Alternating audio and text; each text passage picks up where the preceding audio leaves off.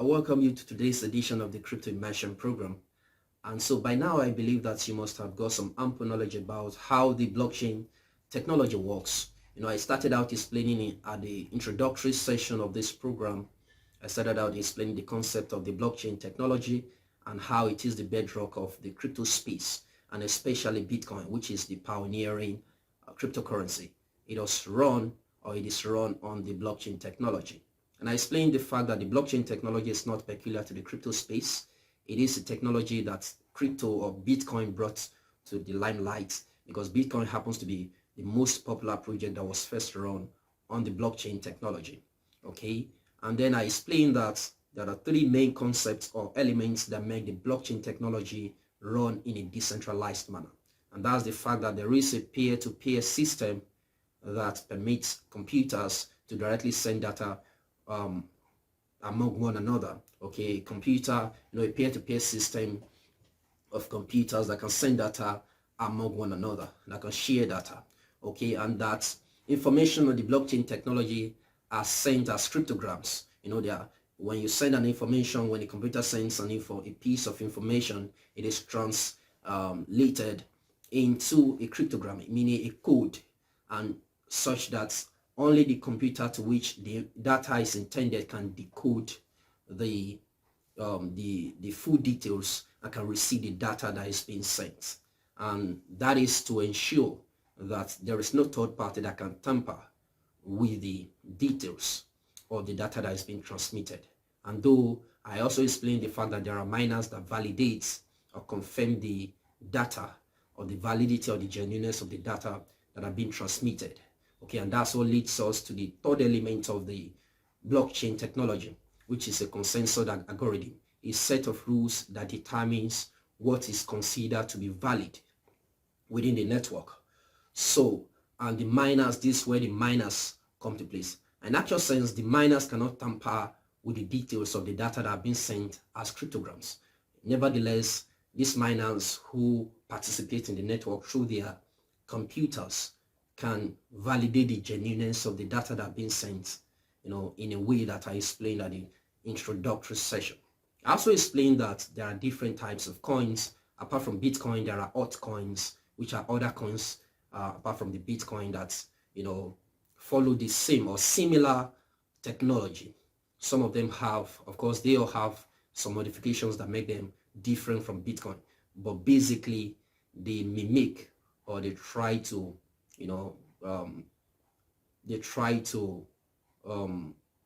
they were built in a way that was similar to the pioneering currency, which is the Bitcoin, and we call them the altcoins. And I explained that there's the stable coin. So I also explained that there are different platforms on which you can trade cryptocurrencies, and I mentioned that I was going to just explain three main platforms, which is and how they operate, how to operate the blockchain, okay, how to operate Binance and Paxful. And I mentioned that there are a vast array of platforms on which cryptocurrencies are being traded, like Binance, Bitfinex, Local Bitcoin, Remitano, Luno, and the likes. But I'm not going to go into details in explaining each of these platforms, by giving you the skill on how to operate these three main platforms, which is blockchain.com and Binance and Paxful. You will have had enough knowledge on how to operate any new platform you can ever find yourself, because every of the other platforms, you believe me, when you eventually start exploring them, you see that, or you realize eventually that they are just variants of these three main platforms. So when you understand these three platforms I'm going to be explaining to you, you can relate with any platform that I might not even mention in this program. Okay, so right now I'm just going to go ahead to explain how to use a blockchain account, a Binance account, and a Paxful account. So I will start with the simplest and the boss of them all, which is the blockchain account. And you remember I mentioned that they are decentralized, though the blockchain is decentralized, but there are platforms in the crypto space that are not really decentralized in themselves. They are built on the decentralized blockchain network, but in themselves they are not decentralized. They have central administrative bodies that coordinate and regulate what happens on their platforms. And at the end of this whole thing, I'm going to explain to you why, though the cryptocurrency space is fundamentally decentralized platforms, nevertheless, there are platforms within the space that are not decentralized. And I will explain to you how they are not decentralized. Nevertheless, they are built on decentralized blockchain technology platforms. So follow my lead as I, explain to you how to operate the blockchain, Binance, and Paxful.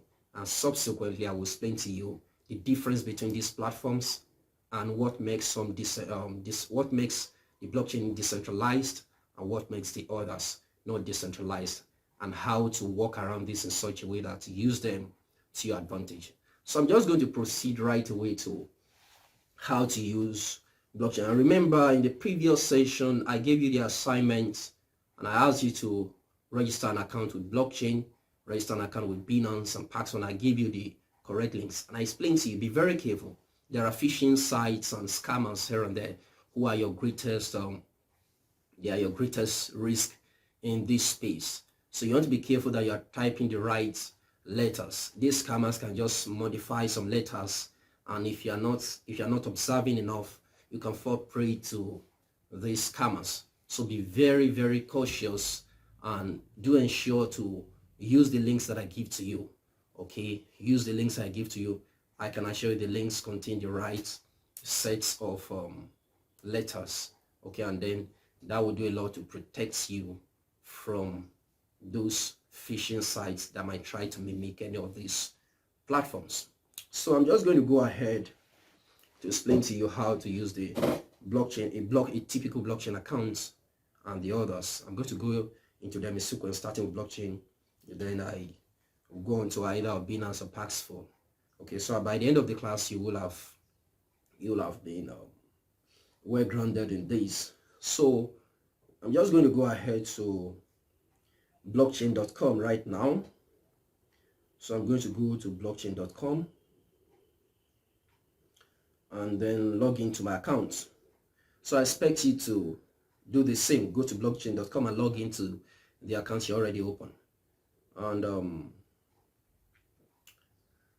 also going to explain to you how to fortify your accounts, how to increase the security of your account. But for now, let's just go to blockchain.com. Okay. Yeah, so here we are on blockchain.com. I'm just going to click the top right hand column, these three lines, and it's going to request that I log in. So I'm going to just paste my wallet ID and my password and log in.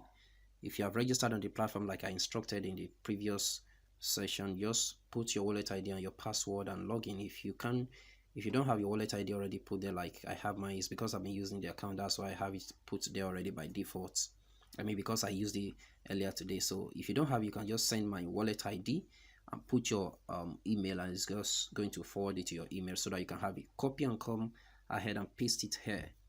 Okay, and meanwhile, don't mistake your wallet ID for your wallet address. I'm just going to log in.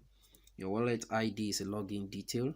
Your wallet address is a means of receiving coin from whoever may be sending coin to you. So I'm logging in right now. If you are logging in for the first time in a long time, it's going to request that you go to authorize the login attempt via your email. But because I already logged in once earlier today, it's not going to request for such detail or such step from me. So this is my dashboard, and right now I have a total balance of $9.99. I sent this to this account for the purpose of this training. I don't use this account for real. It's been a long time I stopped using this particular account, but I sent this here for the purpose of this training. So you click transact. If you want to receive coin from people, from anyone, just click request, and then it's going to bring you to a page where you can copy your wallet address. This is your wallet address here below. So beside it here is this sign with which you can copy it. Don't try to type out your wallet address. Copy it and paste to whoever you need to receive coin from. Okay, this is a means through which you send coin directly to someone or receive coin from someone. So you can paste it and keep it on your WhatsApp or keep it somewhere, and anytime anyone wants to send you coin, you can just paste it to whoever, no matter what platform the person is using, whether it's Paxful, Binance. This, if he sends it to this wallet address, is going to come to this account wherever he or she is sending it from, anywhere all over the world is going to come to this account. So it is recognized. You can send to this account from any other platform apart from blockchain.com.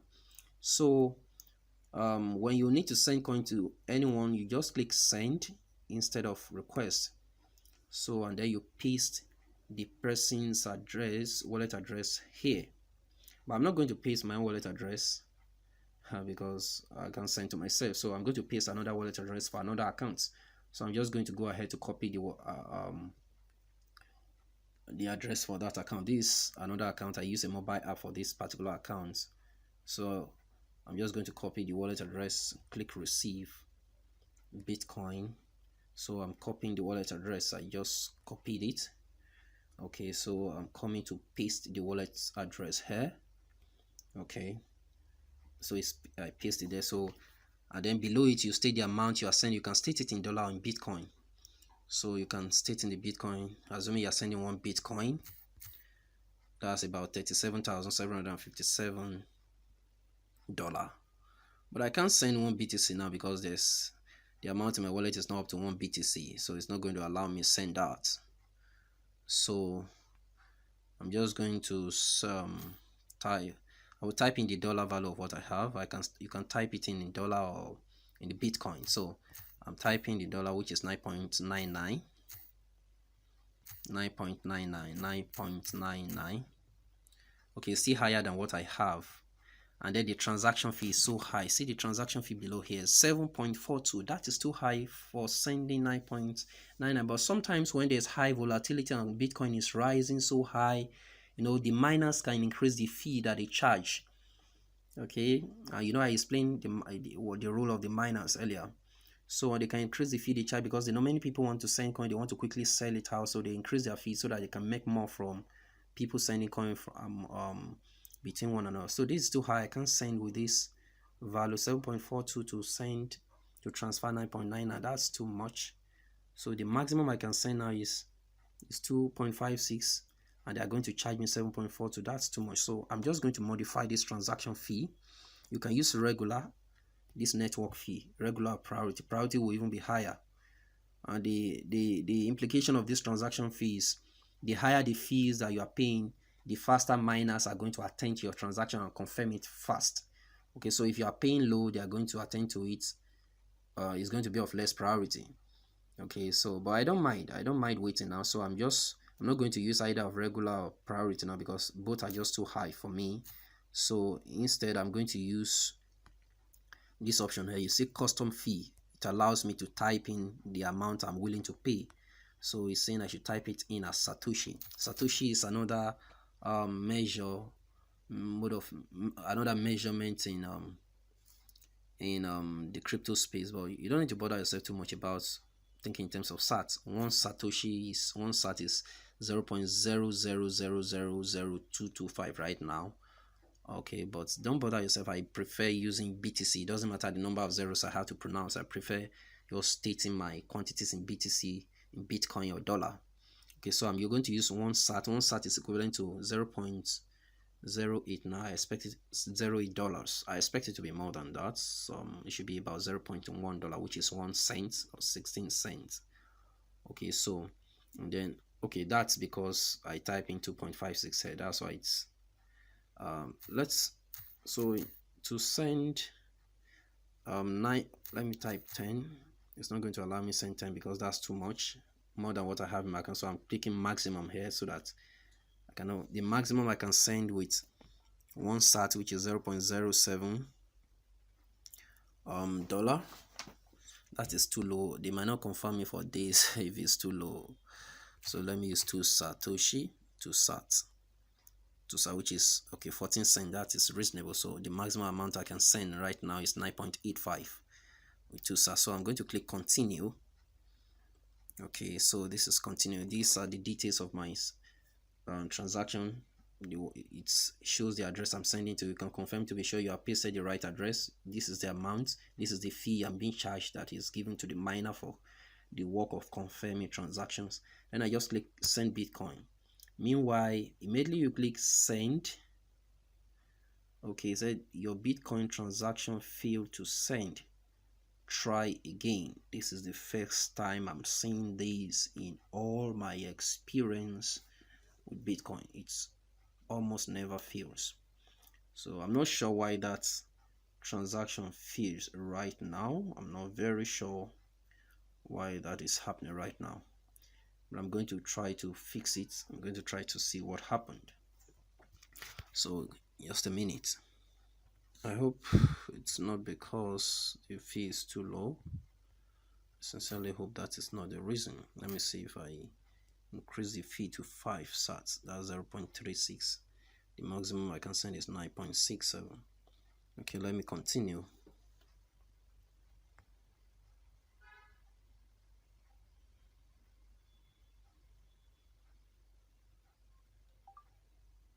Wow, interesting. So that means it's because the fee I put there was too low, so they refuse to have it sent. Interesting. So just put reasonable amount of fee that will allow the network allow you send it. That's the first time I'm experiencing that, because I've not had to use a fee as low as that. So that is it about how to transfer coins. So on my other account, I should see it credited already. So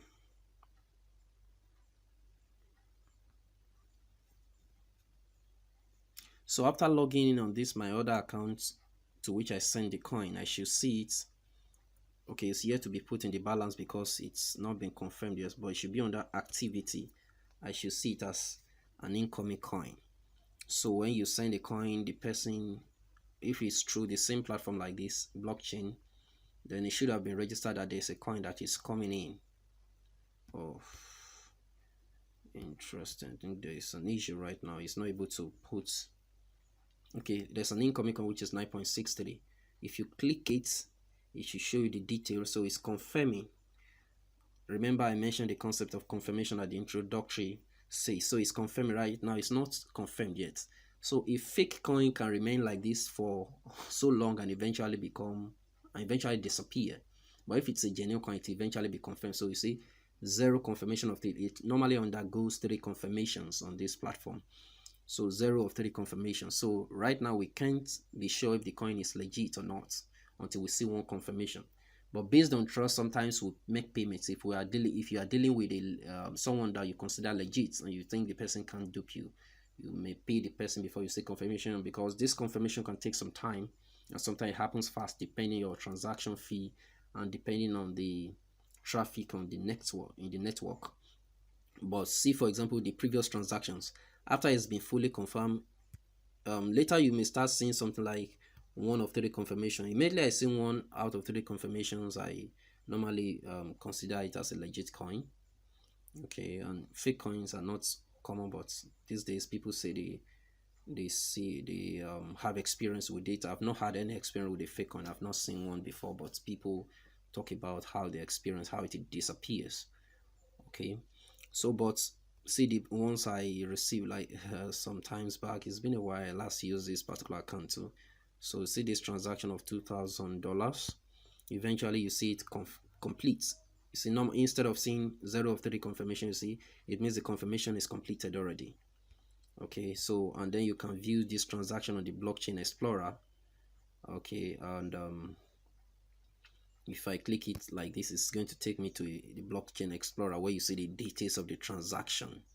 So this is the blockchain where you see details of transaction that has taken place, and you can even view it on this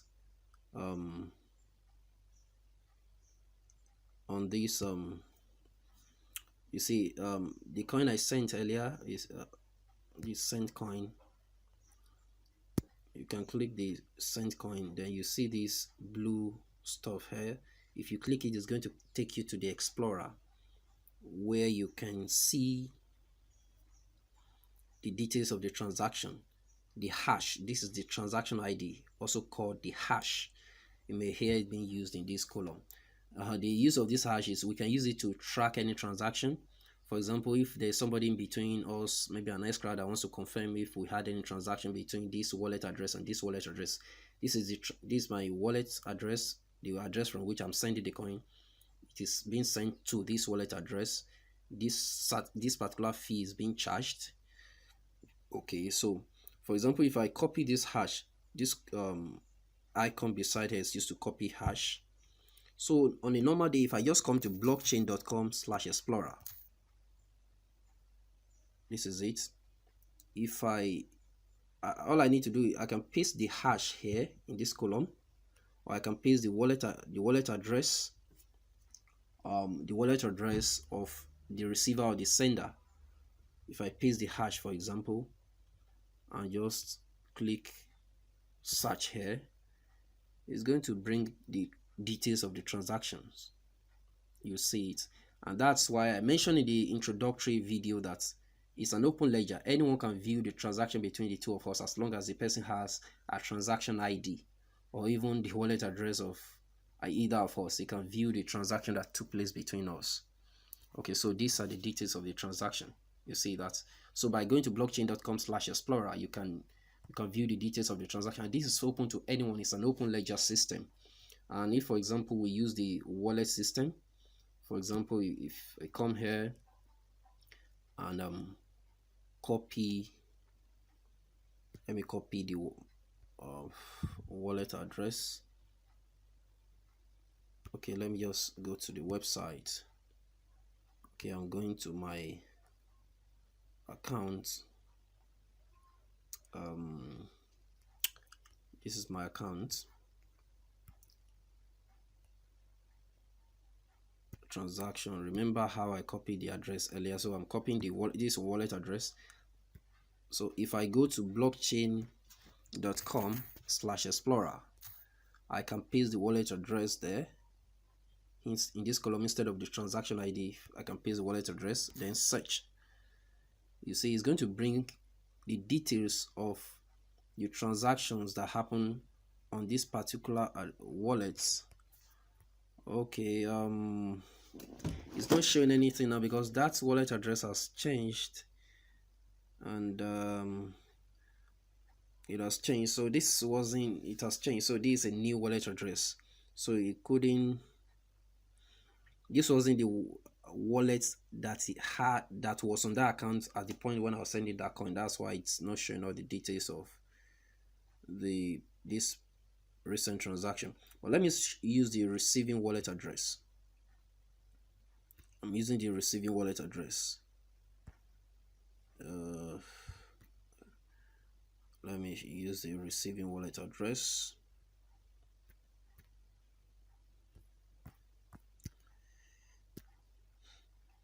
Excuse me, addresses.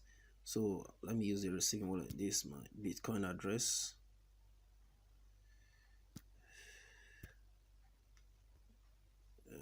Bitcoin address.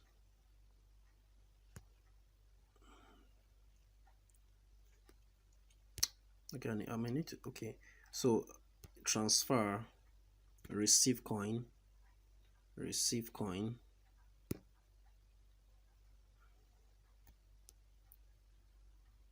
If I'm receiving coin, I'm trying to copy. It's a network problem. Normally it should just bring me to where I can copy the address. So okay, this is my Bitcoin wallet address. Oh, I think this doesn't look like what I just used now, but okay, in case you have the particular wallet address that you send the coin to, you can paste it here in this blockchain explorer.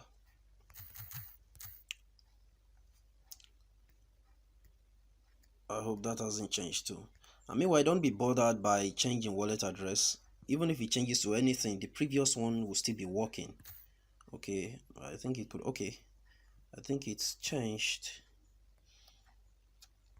Anyway, since I didn't save that wallet address anywhere, that's a little limitation. On a normal day, if that particular address to which I sent the coin to, that wallet address, if I paste it there, it's going to bring the details of all the transactions that have been done through that particular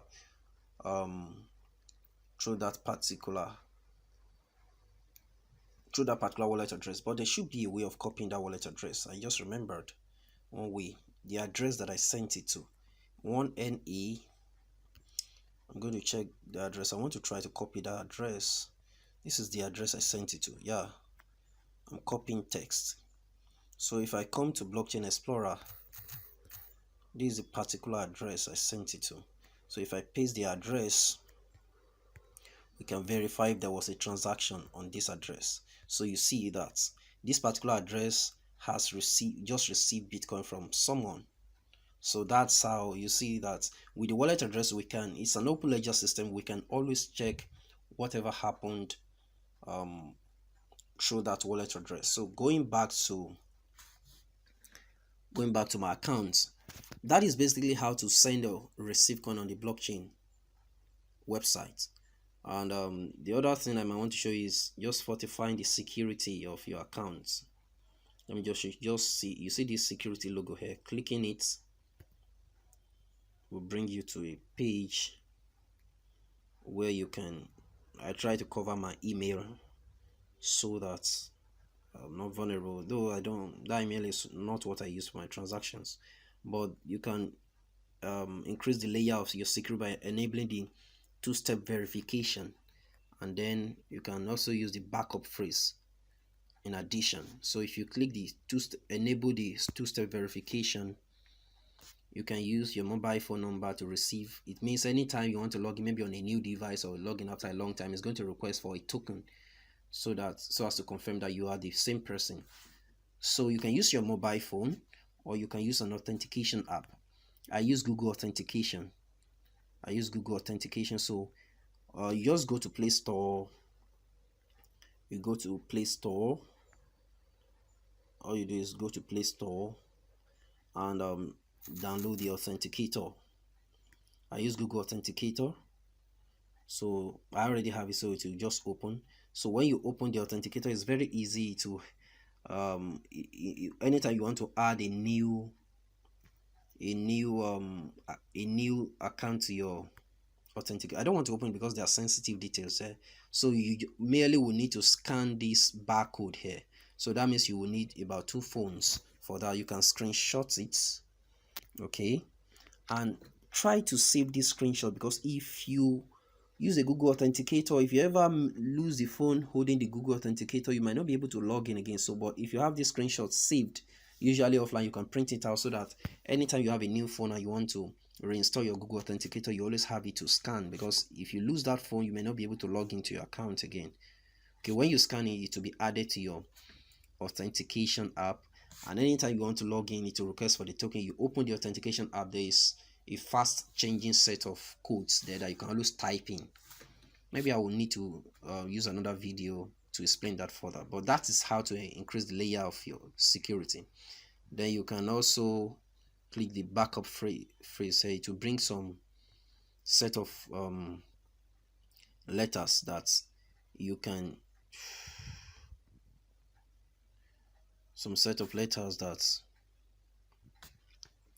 so it brought my backup letters, but I don't want to cut that off because they're sensitive. In case I ever decide to use this wallet, which is not likely, but you just save those words, and anytime if you ever lose your phone and you want to log in on another phone, you can always restore your wallet in a new phone using those backup phrases. More on that later if need be. So that's basically how to send and receive coin on the blockchain website, and it's as simple as that. So next I'm going to explain how to use Paxful. This is the simplest. Paxful is next. Binance is more complex because it has a lot of options and a lot of things to work around. So that's why I'm starting from the simplest to the more complex one. So this is blockchain, and I do hope that you have a firm grasp about how to use the blockchain.com website. So that is it about that. Next I will explain how to use the Paxful.